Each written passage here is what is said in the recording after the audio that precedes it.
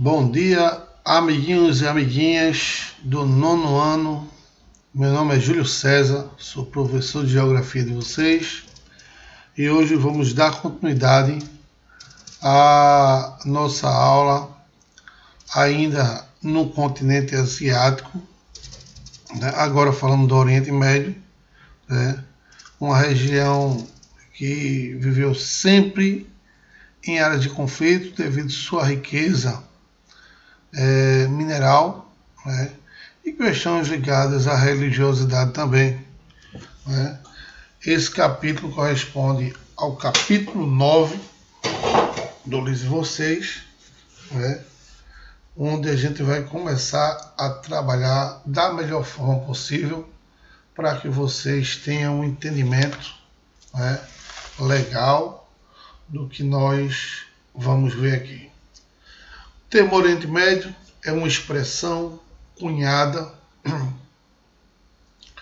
por ocidentais para indicar a localização de uma porção de terras de acordo com a antiga orientação eurooceânica, pois se refere a uma região estratégica do sudoeste da Ásia que liga o continente da África e a Europa, né?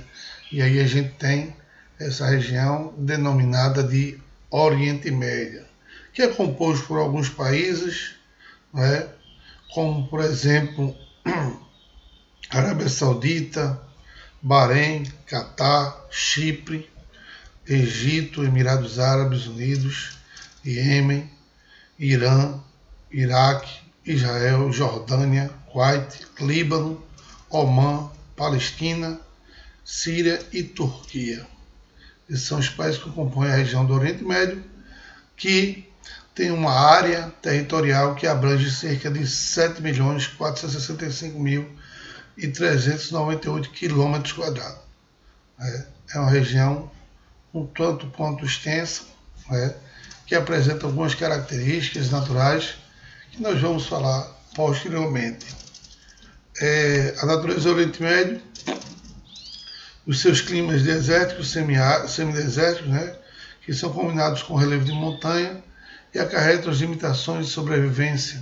Em virtude disso, as maiores diversidades demográficas são encontradas nas proximidades dos desertos e oásis da região, principalmente nas áreas entre a Turquia, Síria, Líbano e Israel, onde o clima mediterrâneo é na Mesopotâmia, onde os rios Tigres e Eufrates proporcionam o desenvolvimento das antigas civilizações que praticam agropecuárias, que é uma coisa extremamente histórica, desde a época dos antigos povos nilóticos, que utilizavam os rios Tigres e Eufrates para desenvolver o processo agrícola na região, o que até hoje, na realidade, é um dos principais fatores para o desenvolvimento da economia na região,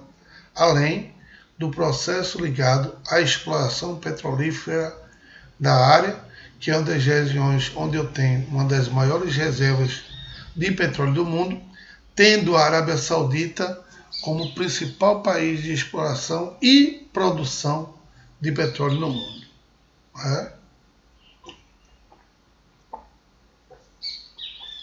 É uma região onde a população encontra-se distribuída de forma irregular, tendo grandes vazios demográficos espalhados pelos extensos desertos da Arábia Saudita e pelas regiões montanhosas que vão dos Montes Tauros até o norte da colheira de Hindu Kush, ao sudeste, onde predomina o clima frio de montanhas, nas cadeias montanhosas do Afeganistão, do Irã e da Turquia, com frequência ocorre queda de neve. Então esses fatores naturais que eu estou colocando para vocês, eles promovem, na realidade, a repulsão populacional dessa região, como em grandes outras partes do mundo, né? Fatores naturais de forma negativa, né? Com altitude elevada, com temperaturas muito baixas ou elevadas também, promovem com que essa população acabe não se instalando nessas regiões. Consequentemente, eu tenho as grandes regiões com vazios demográficos, não é? E aí tornam-se regiões extremamente inóspitas, não é? Regiões inóspitas está relacionado a regiões que eu não tenho concentrações populacionais. O relevo do Oriente Médio, ele é um relevo com altitudes bem acentuadas, por apresentar uma estrutura geológica em boa parte de idade muito recente, uma estrutura geológica jovem, né? E aí, por conta disso, é composto basicamente por grandes áreas elevadas, né? Altitudes que podem atingir até 1.200 metros, né? E algumas áreas onde eu tenho cadeias de montanhas mais elevadas, essas altitudes chegam até 6.000 metros, né? E o que contribui para isso, a não concentração populacional dessa região. A diversidade étnica e cultural da região do Oriente Médio, né? Ao predomínio de grupos étnicos semitas, que é uma mistura entre árabes e judeus, que compõe cerca de 65% da população e cerca de 310 milhões de habitantes, né? Ou seja, a população é composta de 310 milhões de habitantes dessa região, onde 65% delas é composta por árabes e judeus, que é denominado de semitas as pessoas. Além dos grupos, podemos encontrar turcos, iranianos, libaneses e sírios, compondo os 100% da população da região do Oriente Médio. Começou o sono, já pensou? Toda hora. É porque geralmente eu costumo gravar as aulas de manhãzinha cedo. E aí, consequentemente, bato um certo sono. Né? Mas vamos lá, continuar aqui com nossa aula. Né? Então, a maioria desses povos faz parte de uma cultura e da religião islâmica. Há poucas exceções são os israelenses, cuja maioria professa o judaísmo, e os libaneses, que são cristãos, né, maronitas. Então, cristãos nessa região são poucos, né, não são tão grandes quanto aqui no Brasil, que a grande maioria da população brasileira ela é composta de cristãos.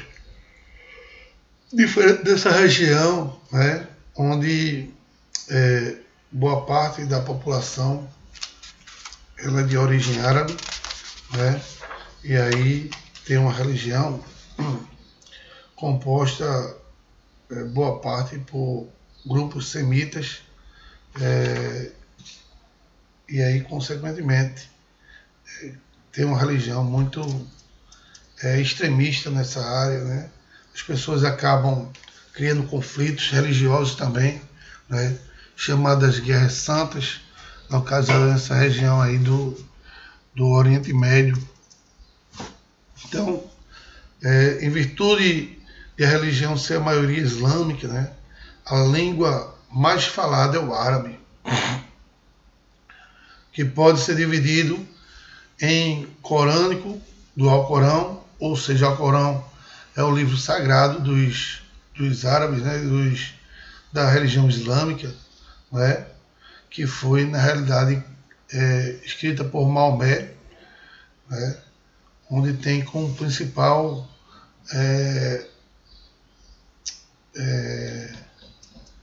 como é que eu posso falar? Filosofia, olho por olho, dente por dente.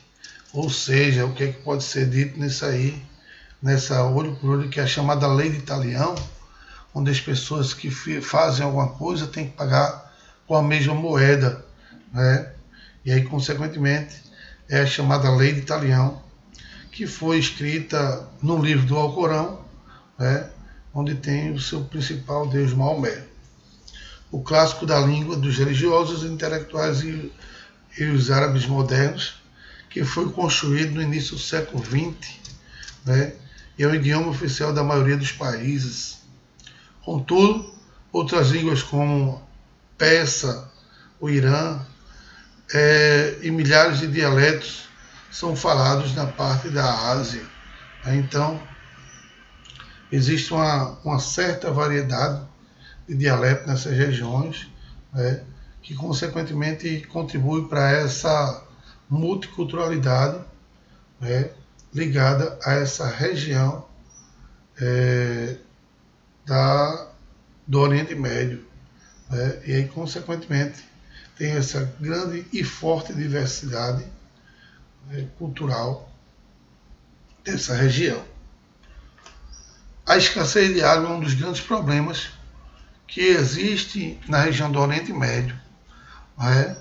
Mas apesar de alguns países ter essa escassez de água, né, as pessoas também em algumas regiões aí acabam não sofrendo tanto por conta da capacitação, né, da captação, na realidade, da água das chuvas, que eles têm um processo, né, que acaba proporcionando esse racionamento de forma racional, digamos assim, e acaba não sofrendo tanto, não é, com relação a essa escassez de água. É uma região onde a aridez predomina e poucos são os recursos hídricos, né, onde fortes tensões são fontes de tensões e conflitos em alguns países, né, onde há essa escassez de água. Outros países nem tanto, né, que acabam se sobressaindo, né, com algumas tecnologias de, por exemplo, dessalinização de água do mar, né, que aí, consequentemente, acabam não sofrendo com essa questão da falta d'água.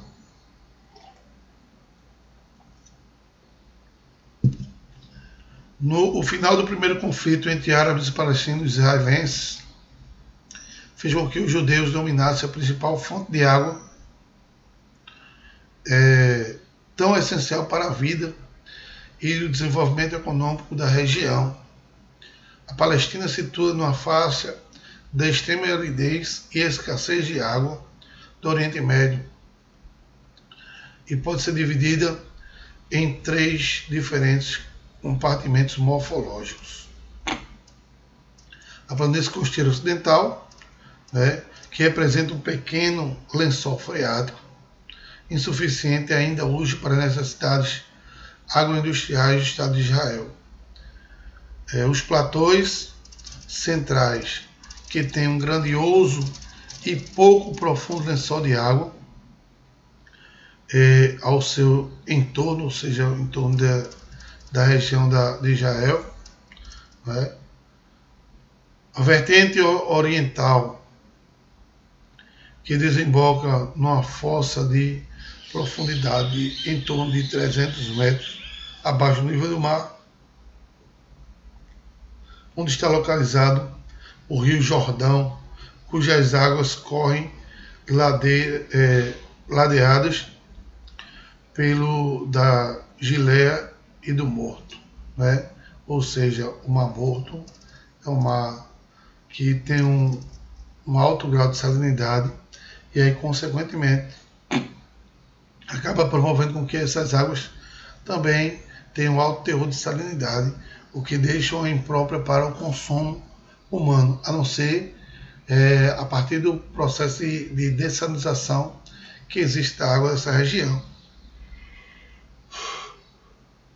E aí, consequentemente, acaba sendo propício para o consumo de água, as águas do Mar Morto, depois do processo de dessalinização, que ainda fica resíduos de sal nessa água, né?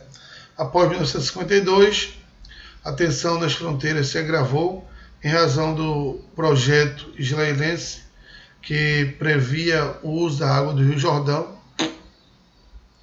para a irrigação do deserto de Negev, visto que o lençol que circulava o platô central, gerando nascentes nos poços, é utilizado para a população da Palestina, ou seja, a população palestina ela utiliza muito essa água do platô central, né, e, consequentemente, a utilização dessa água para o processo de irrigação, ela promoveria aí no futuro uma escassez de água que veio acarretar grandes conflitos e tensões nessa fronteira, se agravando principalmente no ano de 1952, né, onde o Rio Jordão e o Mar da Galileia, cujos nascentes estão nas colinas do Golã, tornam essa região de extrema importância estratégica para Israel.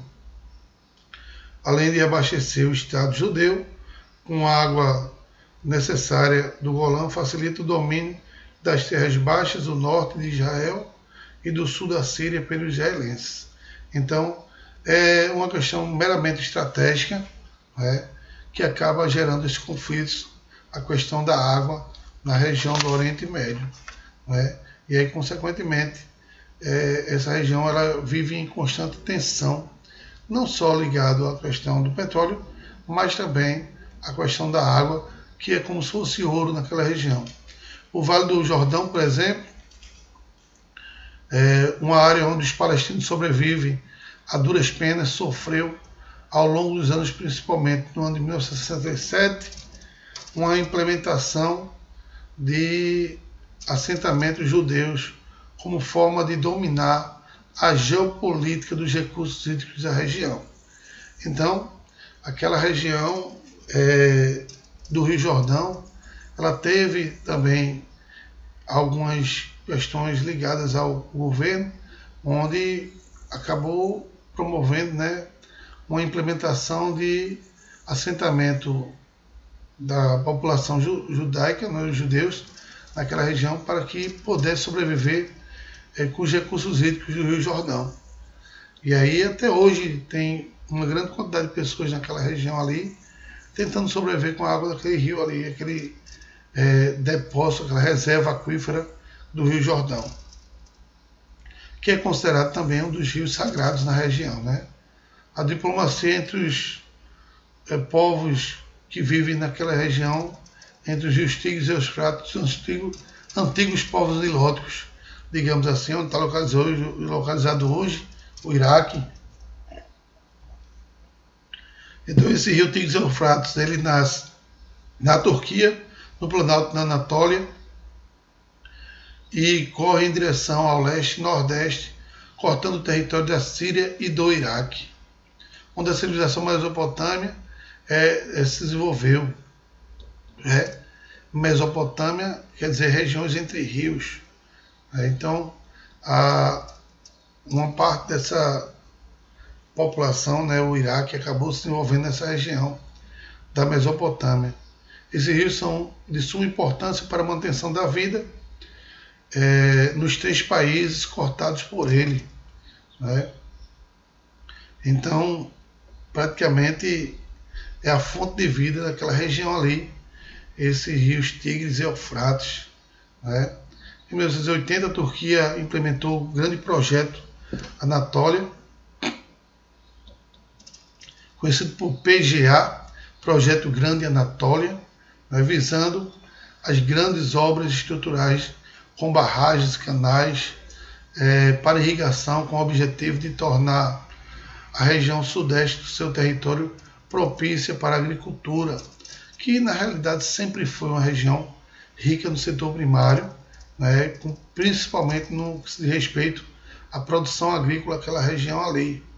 Como consequência, esse projeto da Síria e o Iraque começaram a perceber a diminuição do fluxo de água do rio Tigres e Eufrates, que exigiram a suspensão desse projeto, né, que não foi atendido pela Turquia, acarretando embates diplomáticos que duram até o dia de hoje, né? Então, essas barragens construídas acabou diminuindo esses recursos hídricos, né, para aquela região, principalmente para a Síria e o Iraque, né, que pediu com que esse projeto encerrasse, né, e aí não foi atendido. E aí, por conta disso, esse projeto, né, que é o PGA, ele acaba sendo uma região de fortes conflitos, né, fortes divergências entre esses três países, né, que acaba causando um mal-estar na região, né, de uma forma ou de outra, e a população acaba sofrendo com isso também. A carência de terras agricultáveis na região do Oriente Médio também é um grande problema,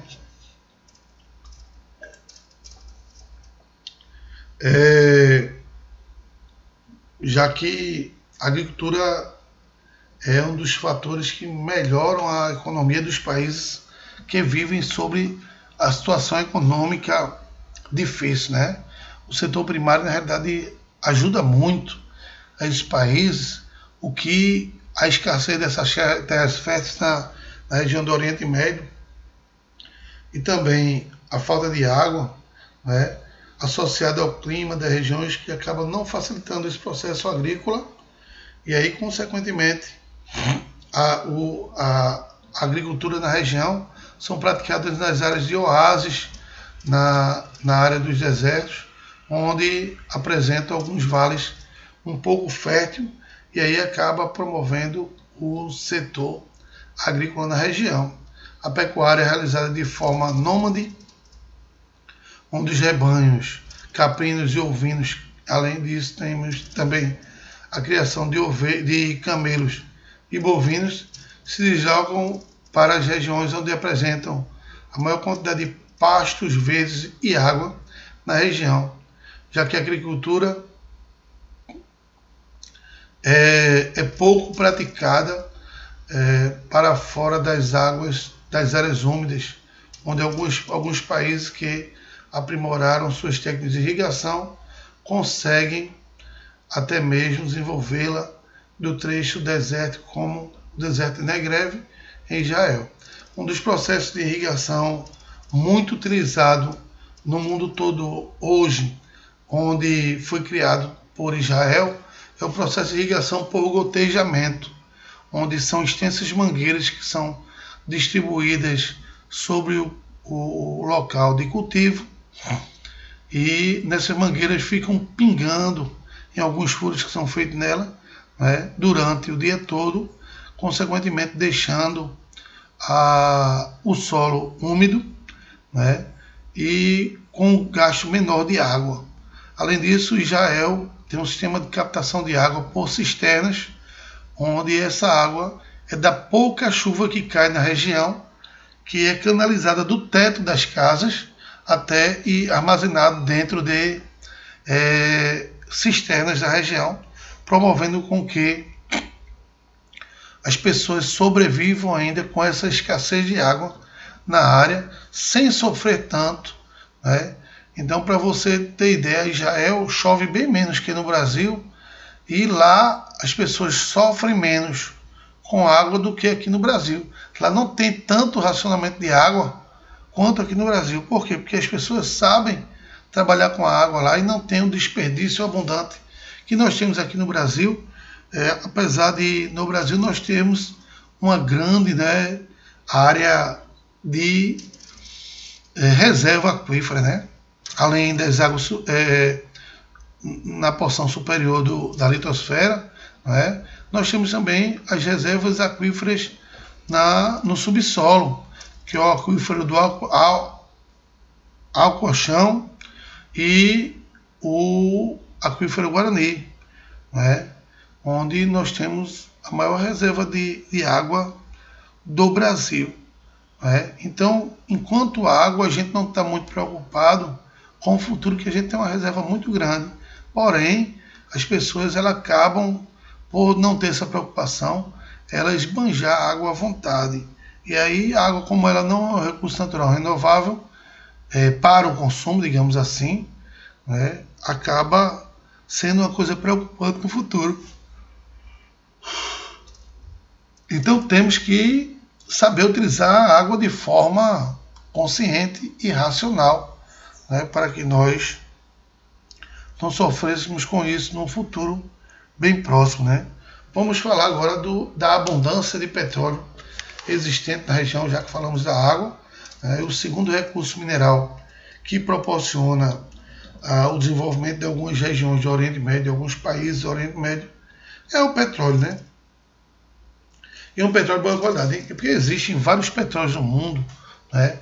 E quanto à sua qualidade, nós temos dois tipos de petróleo. O petróleo Brent, que é um petróleo leve, refinado, né? Datado do período pré-cambriano. Na realidade, o início da sua formação, ele iniciou-se a partir do período pré-cambriano, quando começaram a surgir as primeiras formações vegetais, né? E os primeiros animais, mesmo que unicelulares, na superfície terrestre. E a decomposição desses vegetais e animais, eles começaram com o tempo a se transformar em um líquido betuminoso que veio da origem ao petróleo. Então esse petróleo antigo, né, que ele é refinado naturalmente, ele possui uma cor de asa de barata. É nesses termos mesmos que a literatura coloca em termos de referência de petróleo. O petróleo com cor de asa de barata é denominado petróleo Brent, que é um petróleo extremamente bom para o consumo, que é justamente esse petróleo que é produzido na região do Oriente Médio. Um petróleo datado do período pré-cambriano. Diferentemente do petróleo que nós temos aqui no Brasil, que é considerado um petróleo pesado. Que existe dois tipos de petróleo. O petróleo pesado, né, que é um petróleo novo, né, com um curto período de produção no processo geológico, digamos assim. E o petróleo Brent, que é um petróleo leve, que é petróleo de boa qualidade para a produção de derivados. Boa parte desse petróleo do Oriente Médio é o petróleo Brent, que é um petróleo leve, um petróleo que tem poucos resíduos de rocha encrostado a ele, e ele tem uma cor de asa de barata. E aí, por isso que o Brasil atualmente, ele importa boa parte do petróleo que é consumido aqui, é produzido aqui. Por quê? Porque como a gente não tem um petróleo de boa qualidade, a gente tem que importar petróleo venezuelano ou até mesmo do Oriente Médio para misturar o nosso petróleo, e aí no processo de refino a gente conseguir tirar alguns derivados que vai proporcionar o quê? Vai proporcionar a produção e consequentemente o consumo da população. Então, lá no Oriente Médio as pessoas não sofrem com petróleo de baixa qualidade, não. Muito pelo contrário. O petróleo do Oriente Médio é um petróleo de excelente qualidade, que é um petróleo a nível de exportação, não é? Onde boa parte de alguns países, principalmente a Arábia Saudita, tem como principal fator econômico, né, desenvolvimento econômico, a produção petrolífera. E aí grandes sheiks árabes, né, eles acabam construindo verdadeiros patrimônios, né, onde tem como sua base a produção petrolífera, né? Se a natureza do Oriente Médio é carente de água, não se pode falar do que se respeita ao petróleo. Alguns dos maiores produtores de petróleo do mundo estão nessa região, o que acarreta constantemente tensões e conflitos entre governos locais e grandes empresas petrolíferas do Ocidente, sobretudo os que fazem parte do cartel das Sete Irmãs. O que é o cartel das Sete Irmãs?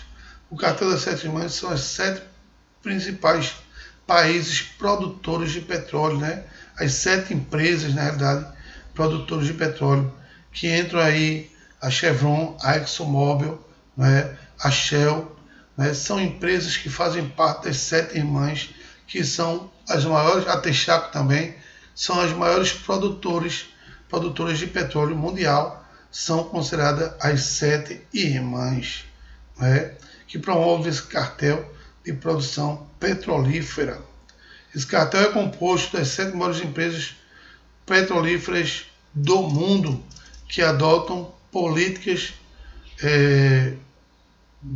pelo mundo, né, para controlar as reservas de refino e a venda desse hidrocarboneto, né, que o hidrocarboneto nada mais é do que o petróleo, até os anos de 1960, quando a Organização dos Países Exportadores de Petróleo, a OPEP, passou a controlar o preço do petróleo. Então, esse cartel das sete irmãs acabou sendo desmontada, né? Hoje cada uma vive por si só. A ExxonMobil, a Shell, a Texaco, a Chevron, né? Elas foram desmontadas justamente quando foi criado esse bloco econômico, né? Que é chamado a OPEP, a Organização dos Países Exportadores de Petróleo, ao qual, e também a imagem ficou um pouco escura porque houve uma queda aqui da luminosidade, né, local, e aí consequentemente melhorou agora. Consequentemente acabou caindo essa luminosidade. E aí essa OPEP, como eu já falei para vocês em outras áreas, em outras aulas, um bloco econômico ele é criado justamente para reduzir ou eliminar as taxas alfandegárias entre os países membros, né? A OPEP foi criada justamente para isso, para reduzir ou eliminar as taxas alfandegárias entre os países membros que fazem parte da OPEP, né? Para que o produto final chegue na mão do consumidor, né, mais barato. E aí não há esse controle, né, e essa, como eu posso dizer, essa linearidade na formação do preço do petróleo, né, onde a população ela tem uma oportunidade de fazer o processo de pesquisa petrolífera, né, e acaba, consequentemente, tendo um lucro final, que o lucro, eu já falei para vocês em outras aulas, é o principal característica do capitalismo. E aí, consequentemente, esse processo ele é de suma importância a criação dessa fonte, né, desse bloco econômico, né, que acabou proporcionando uma melhor condição financeira para a população da região, né, e do mundo inteiro, já que boa parte desse petróleo era exportada para o mundo, né. A questão do petróleo no Oriente Médio, você deve ter notado que o petróleo está diretamente relacionado ao Oriente Médio. É a maior reserva petrolífera do mundo, e sua localização inicia-se na Mesopotâmia e prolonga-se pelo Golfo Pérsico. Acaba sendo prolongada pelo Golfo Pérsico, representando a maior fonte de renda para a maioria da população dos países da região, né? Entretanto, o lucro advindo desse mineral não é distribuído igualmente. Existem nações mais ricas no Oriente Médio, oferecendo riquezas somente às multinacionais e às empresas estatais, enquanto a maior parte da população vive em péssimas condições. Assim como boa parte do mundo, né, há uma má distribuição de renda nessa região, né, e no Oriente Médio também não podia ser diferente. Tanto existe pessoas com grandes concentração de renda, como existe em boa parte desse país, né, pessoas que vivem abaixo da linha da pobreza.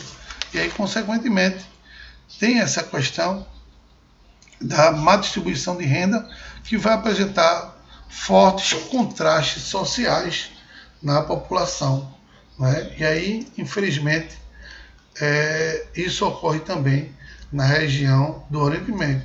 Assim, por se revelar uma região de grande importância na geopolítica mundial, a produzir, exportar e possuir as maiores reservas do petróleo, o hidrocarboneto fóssil, tão desejado no Oriente Médio, desperta a atenção mundial. Arábia Saudita, Iraque, Irã, Kuwait, Bahrein, Catar, Emirados Árabes, né, são os países de produção desse mineral. Olha, os Estados Unidos é o segundo maior produtor de petróleo no mundo, porém, mas está um tanto quanto escuro, não sei porquê, ficou assim. Eu estou com uma lâmpada aqui, uma luz, né, mas que não está. Não sei se é algum problema no sistema do computador. Né, não está, na realidade, suprindo a luminosidade aqui.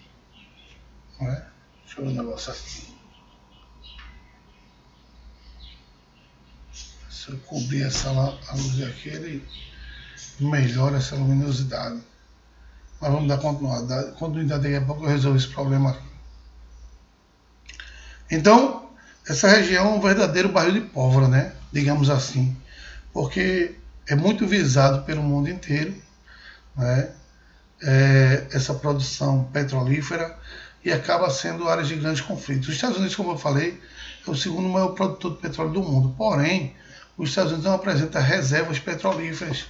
E por não apresentar reserva petrolífera, ele tende a procurar petróleo em outros países, a importar, né, petróleo de outros países. E boa parte desses países que são importados petróleo é do Oriente Médio. E aí alguns conflitos são gerados entre norte-americanos e alguns países do Oriente Médio, né, que acaba, por sua vez, fazendo com que esses locais sejam extremamente vulneráveis a esses conflitos ligados à produção petrolífera. Para você ter ideia, a gente teve uma guerra na década de 80, 1988,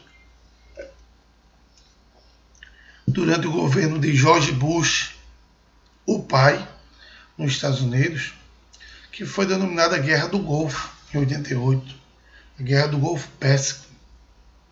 Essa guerra foi entre dois países localizados na região do Oriente Médio, que foi o Iraque e o Kuwait. É uma guerra meramente política, né, ligada muito à questão da água também e do petróleo. E aí, quando já no final da guerra, próximo ao final da guerra, os Estados Unidos resolveu se intrometer, dizendo assim, agora eu vou aproveitar o momento de fragilidade de um desses países para começar a tirar lucro disso aí. E aí os Estados Unidos observou que o Kuwait estava perdendo essa guerra e chegou para o presidente do Kuwait na época e disse, vou fazer o seguinte com você, eu vou lhe ajudar a ganhar essa guerra e em contrapartida você passa a fornecer petróleo para o meu país vitaliciamente, de forma gratuita ou com poucas taxas alfandegárias, e aí a gente ganha essa guerra e fica tudo certo. O Iraque já estava perdido mesmo, então eu vou aceitar. E aí os Estados Unidos entrou nessa guerra do Golfo, conseguiu ganhar a guerra para o Iraque. Na época o presidente norte-americano era Saddam Hussein, era George Bush, o pai, e o presidente do Iraque era Saddam Hussein. E aí pronto, os Estados Unidos ganhou esse conflito, e aí o Kuwait passou a fornecer petróleo para os Estados Unidos, suprindo assim não tanto a necessidade do consumismo norte-americano. E aí quando veio os anos 2000, o George Bush, o filho, também começou com uma história dizendo que Saddam Hussein era grande ameaça para a população mundial e resolveu então pedir autorização à ONU, a Organização das Nações Unidas, para que fosse capturado Saddam Hussein, porque inventou uma história que o Iraque estava construindo armas químicas de destruição em massa, que era, na realidade, um país onde esse presidente era a grande ameaça mundial, fazendo pressão às Nações Unidas, que as Nações Unidas, por sua vez, liberou com que os Estados Unidos ele fosse, na realidade, em busca de Saddam Hussein e sua captura para colocar fim a essa grande ameaça do mundo.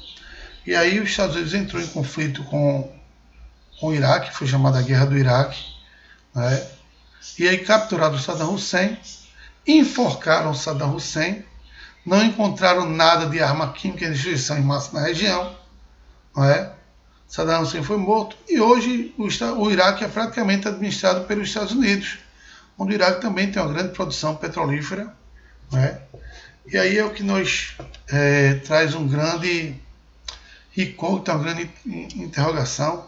É o medo que faz que daqui a alguns anos a gente tenha uma escassez de água no mundo muito grande, e como o Brasil tem uma das maiores reservas aquíferas do mundo, nós nos tornemos um grande alvo norte-americano, justamente para a exploração de água aqui, e aí vem trazer conflitos à nossa região, como ocorre na região do Oriente Médio atualmente, né, por conta do petróleo. Então, eu vejo os Estados Unidos como uma grande ameaça mundial, né, para a paz mundial, e não o Iraque como o governo de George Bush dizia sobre Saddam Hussein. Apesar dos ataques às Torres Gêmeas, né, naquele ano, né, que ali tinha um cunho muito ligado à questão religiosa, né, que foi justamente interpretada de forma errônea a lei de Talião, olho por dentro, por Osama Bin Laden, né, que arquitetou planos e mais planos de ataques terroristas sobre os Estados Unidos, e até hoje os Estados Unidos diz que capturou Osama Bin Laden, que matou ele, mas até hoje não foi mostrado o corpo de Osama, disseram que foi jogado no oceano, no mar, e os tubarões comeram ele, mas até hoje ninguém viu o corpo de Osama, assim como foi capturado e mostrado ao vivo o enforcamento de Saddam Hussein. Claro que não foi mostrado em rede aberta, rede nacional, mas como a gente vive no mundo da era tecnológica, né, foram gravados em alguns celulares na época esse enforcamento, e depois jogado nas redes sociais, onde o mundo todo teve acesso à visualização desse enforcamento de Osama Bin Laden, de Saddam Hussein, nos anos 2000. Então, hoje, aquela região é praticamente administrada pelos Estados Unidos, devido a essa produção petrolífera. Agora já está tendo alguns conflitos entre Estados Unidos e Irã, porque o Irã também é um dos grandes produtores mundiais de petróleo, e pode aguardar que dentro de alguns anos vai ocorrer uma guerra entre Estados Unidos e Irã, para que os Estados Unidos passe a submeter ao petróleo iraniano, que o iraniano, na realidade, é o segundo maior produtor de petróleo nessa região segunda maior reserva, na realidade, de petróleo nessa região do Oriente Médio, e a quarta maior reserva petrolífera do mundo, perdendo apenas para a Venezuela, Arábia Saudita e Canadá. A quarta maior reserva de petróleo é do Irã, onde produz cerca de 155 bilhões de barris de petróleo de reservas no mundo. Vamos entender o que é reserva petrolífera. Por exemplo, os Estados Unidos é o maior produtor de petróleo do mundo, mas ele não tem reserva petrolífera. Reserva petrolífera é aquela produção de petróleo onde você produz, supre a sua necessidade, de consumo, e aí o que sobra é a reserva, onde você utiliza essa reserva para exportação, acumulando com isso capital estrangeiro, melhorando sua balança comercial. Então, consequentemente, o Irã tem essa segunda maior reserva petrolífera da Arábia Saudita, do Oriente Médio, que torna ele um fácil alvo para os norte-americanos, que consequentemente vai em busca desse petróleo, dessa reserva petrolífera que está na região do Oriente Médio, que é justamente na região do Irã. Então eu tenho aqui as maiores reservas petrolíferas do mundo. Eu tenho em primeiro lugar Venezuela, depois Arábia Saudita, Canadá, Irã, Iraque, Kuwait, Emirados Árabes, Rússia, Líbano, Nigéria, Cazaquistão, China, Catar, o Brasil é o 13º, e depois eu tenho a Argélia em 12º. O Brasil é o 13º, não, o Brasil é o 14º. E 15º eu tenho a Argélia como sendo a 15ª área de produção de reserva petrolífera do mundo. Ok? Então, gente, eu vou dar uma paradinha aqui, para tomar uma água, um cafezinho, Já já a gente volta com nossa segunda aula, dando continuidade a esse assunto ligado ao Oriente Médio. Ok? Um abraço.